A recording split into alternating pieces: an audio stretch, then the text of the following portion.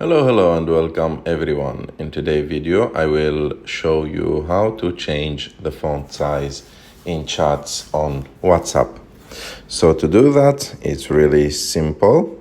Of course, those settings are for iPhone. In Android is pretty much simpler.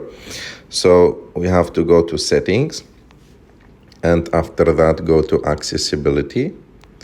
Scroll down until you find an option called per app settings. Here in the app customization, if you can't see WhatsApp, click on add app, and after that add it. Just click on it from that list.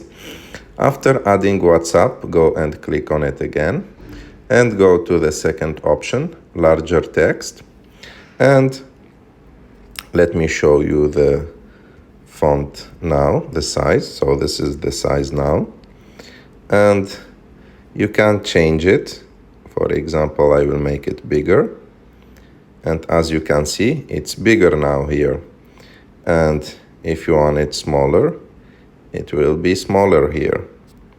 And if you don't know or if you don't want those modifications to be active, you have to click on reset font size to default, and it's back to the default settings. So I hope that you like this video. If you like this video, don't forget to subscribe to our channel, to like this video, and see you in the next one.